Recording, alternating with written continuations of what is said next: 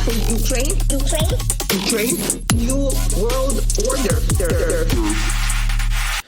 So Ukraine continues to be in the news, and I think clearly it's moved on from center stage, if you will, in terms of the public consciousness.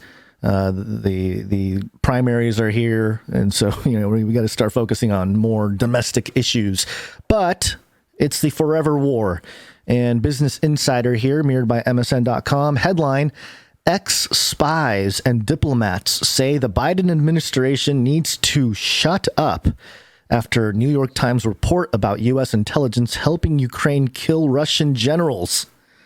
I thought this was very interesting as well because Basil's been on this big kick, rediscovering the diaries of an economic hitman and just how the United States and our intelligence agencies infiltrate other countries, how they do it, and how they do it economically, and how they do it as not so much with troops on the ground, but more so through the infrastructure and through money and capital, and which is interesting because recently we've seen China do that very well all over the world, and maybe there's some more changes in terms of World War III coming with China later on. But let's read this article here. It says, Viktor Medvedchuk, a Ukrainian tycoon with close ties to Russian President Vladimir Putin, is having a terrible, horrible, no good, very bad week.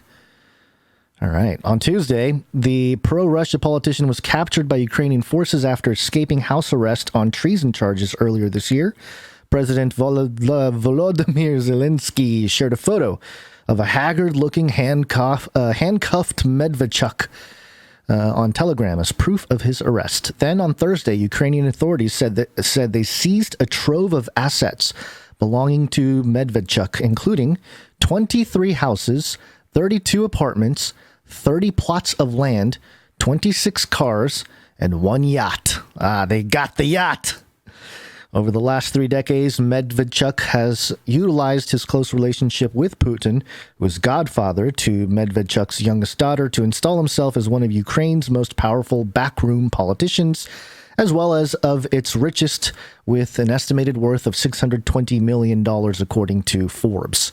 $600 million. I mean, that's rich. But why aren't we taking down the billionaires? Why are we taking down multimillionaires? I guess someone's got to pay the price. Medvedchuk was even thought to be Russia's top choice as a replacement for Zelensky as the Kremlin's puppet leader in Ukraine if Kiev had fallen after the invasion. The Kremlin on Wednesday shot down Ukraine's offer to swap Medvedchuk for Ukrainian prisoners, seemingly cutting ties with the captured tycoon. Photos from yonder days, however, highlight the luxurious life Medvedchuk previously lived. And then you can read the original story. So where's the ex-official stuff here? All right, I guess I just have to go through the bullet points with it because maybe the insider has the full story. But let's see, the bullet points from this article. Ex-U.S. officials said the Biden administration needs to shut up about intelligence sharing with Ukraine. This came after New York Times reports that U.S. intel was helping Ukraine kill Russian generals, which we reported on a couple episodes ago. A veteran diplomat said discussing intelligence used for targeting would bolster Putin's propaganda about Russia being a victim. Oh, that's funny. Ukraine this week said it seized a trove of assets belonging... Is this a different article? What is going on here? MSN? Look inside of it. Maybe this is. You know what? I think I just read the wrong article because the headline of this next article that appears on this page is smaller than the font of like the bullet points at the top. So, I think I just got fooled into reading something else here. So sorry about that. Okay, well, there you go, folks. The Ukraine situation, ex-officials, ex-U.S. officials saying Biden needs to be quiet about their intelligence briefing with Ukraine. Yeah, Basil was on the point that Biden's not doing this on purpose. He's sort of accidentally doing it, and it's causing frustration in the back room. And I think at a surface level, in terms of what goes on in the immediate back rooms of Biden and the Biden administration, I think that's probably right. I'm sure Obama's throwing his headset against the wall, like, come on, Joe, you can't say that, Joe, and calling Joe into his office and doing the whole deal, because Obama's pretty much running the show right now. We think he's retired or whatever he's doing, but that's what's going on. So anyway, but it can also be part of the confusion and the ongoing perception game that the ex-officials, the establishment, the old guard, we know what we're talking about. Biden, you need to be quiet. Almost like a public shaming of who's to show who's actually in charge here. It's not the Biden administration. It's these other intelligence folks behind the scene. So I don't know. It's very interesting, and a lot of that is becoming very transparent. I don't know if you've noticed, but in terms of the hand behind the puppet, behind the strings that hold the puppets, even it's all becoming pretty obvious in the sense that a lot of these folks admit, the intelligence agencies, even Ex-Spies, are admitting what they want, and almost as if they know that they're being called out from, I guess, a certain segment of the population as being the elite controlling puppeteers or whatever. And they're like, oh, okay, well, they know now, so might as well publish our demands, or at least, publish things that can create misdirection in a certain way. So anyway, the Ukraine thing, again, it'll continue to be in the news.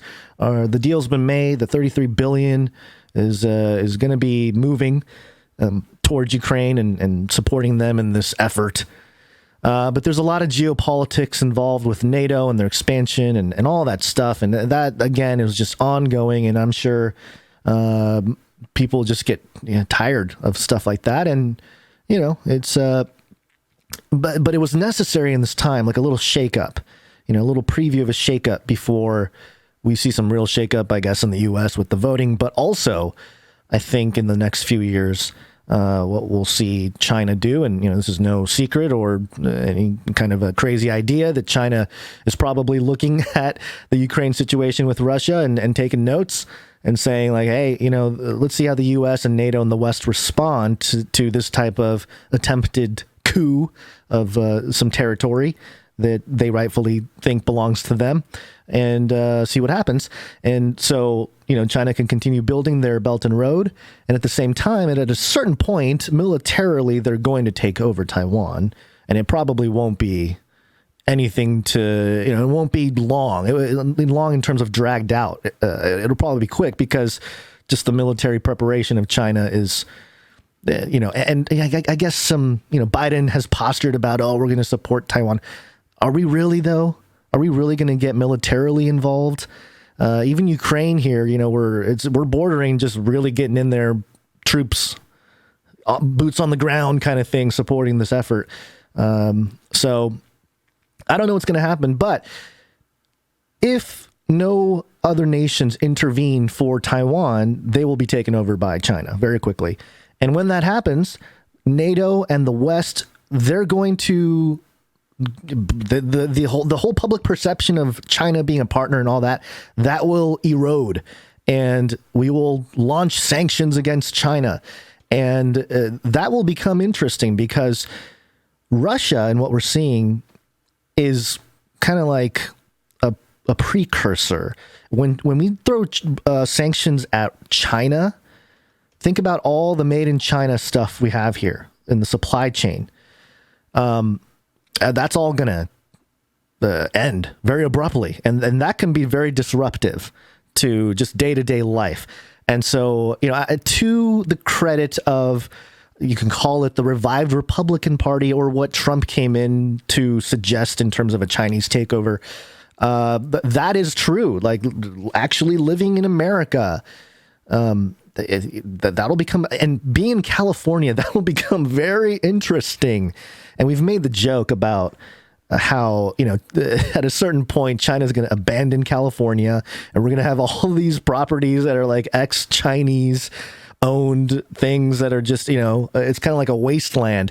And then I will come in and buy up all the land, and I'll be this, I'll be kind of like the slumlords, the slumlord of Southern California as I buy up all the property laid waste by the Chinese who had to flee when the sanctions hit against China. It's just a possibility. I'm not saying that's going to happen, but that'd be fun. Okay, so anyway, there's a whole lot of different rabbit trails that we can go down, but there's a little ramble on the Ukraine situation and all the various things taking place and the public mind games about displaying who's in charge, putting Biden administration or I guess throwing the Biden administration under the bus, telling them to shut up after they say too much.